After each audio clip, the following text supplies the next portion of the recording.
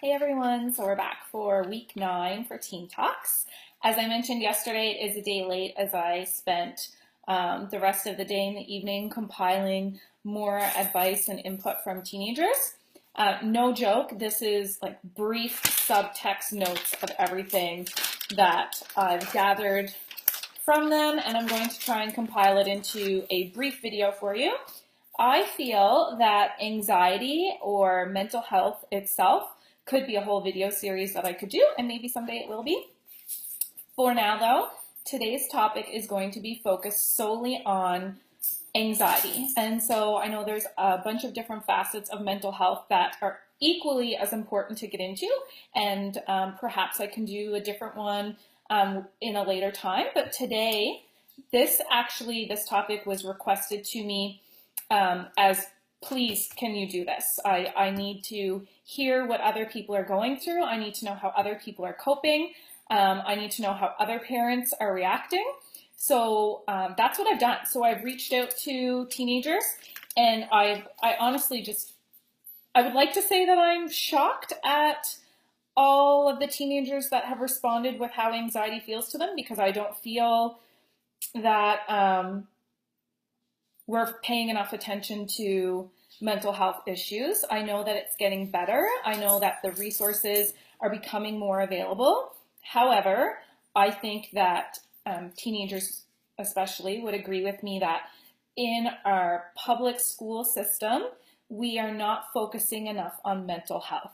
So we are prioritizing physical health, and I don't even believe that we're doing enough of that, So having maybe the school board I worked in was amazing for physical health. Students had quite a bit of phys ed time a week, but I hear of other school boards where kids are maybe getting like 2 classes of phys ed a week in the gym. And so we need to really start supporting how both mental and physical health affect our kids, our youth, our teenagers.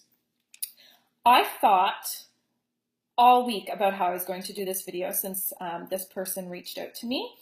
And then in the last 24 hours, I could barely even focus today, because it's all I could think about was, am I going to cover everything that could be covered?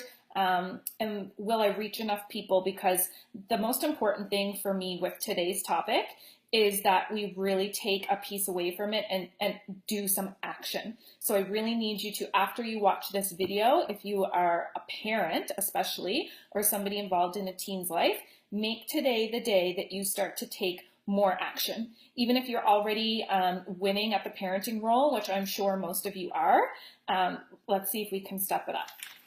So I'm going to try and get through the video. It's going to be a little bit longer than usual, and I hope you're okay with that.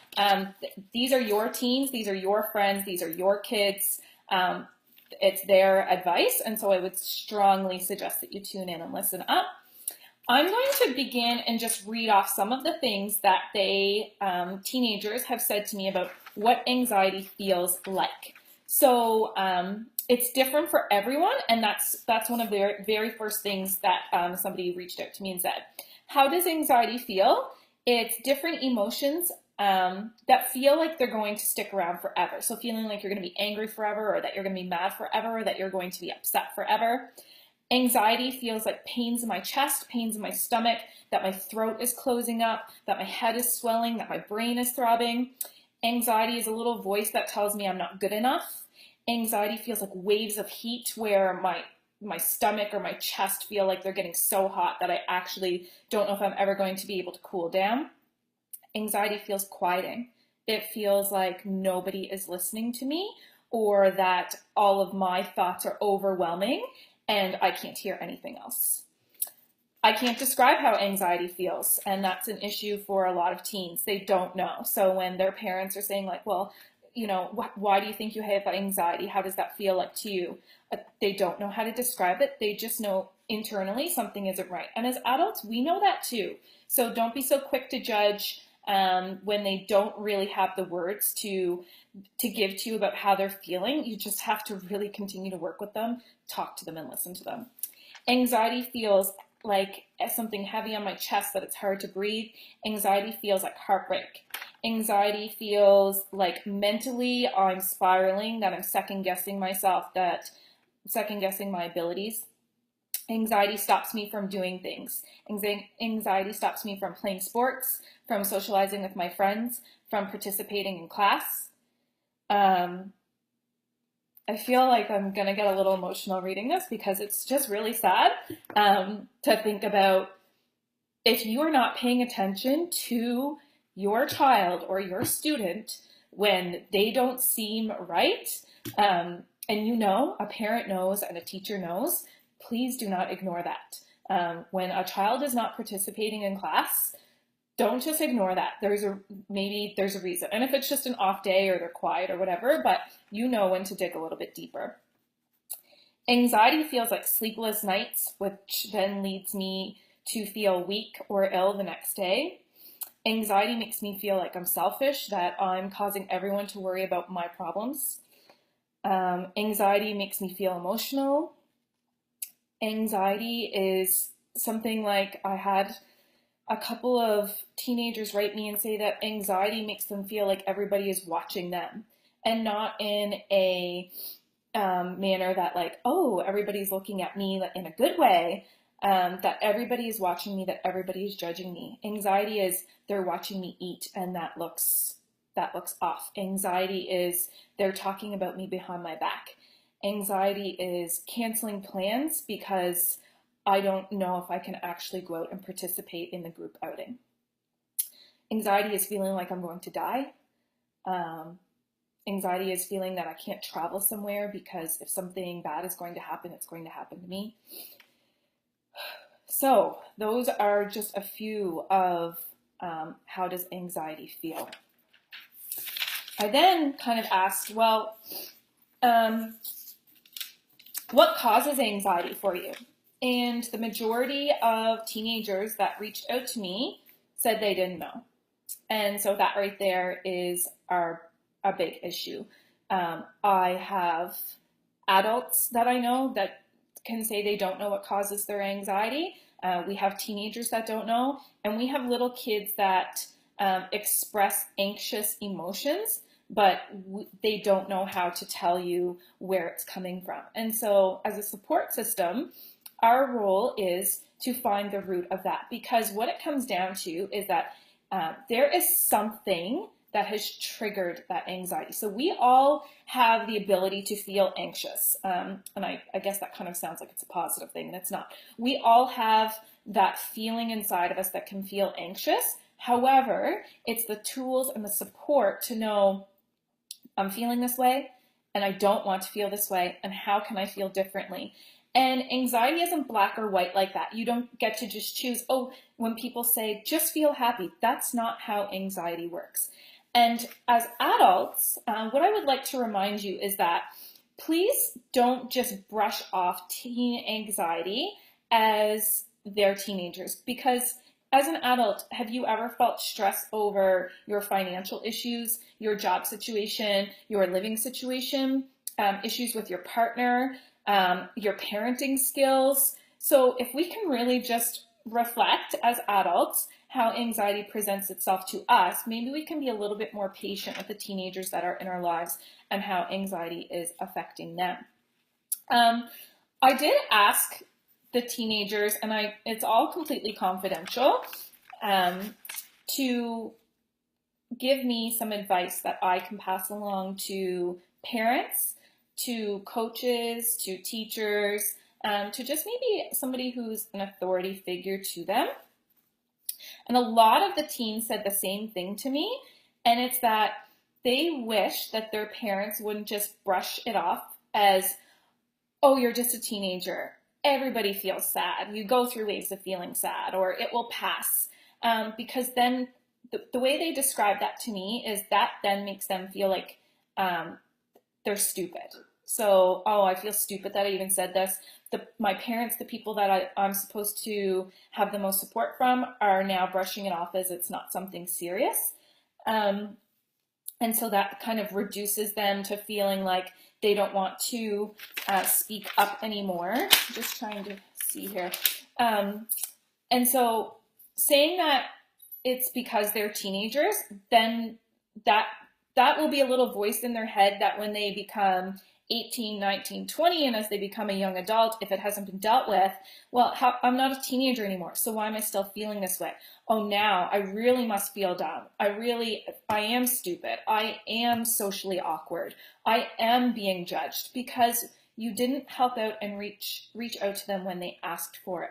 So parents, if you don't believe that anxiety is a thing, because a lot of teenagers have told me that they know adults that just say it's an emotion that you choose.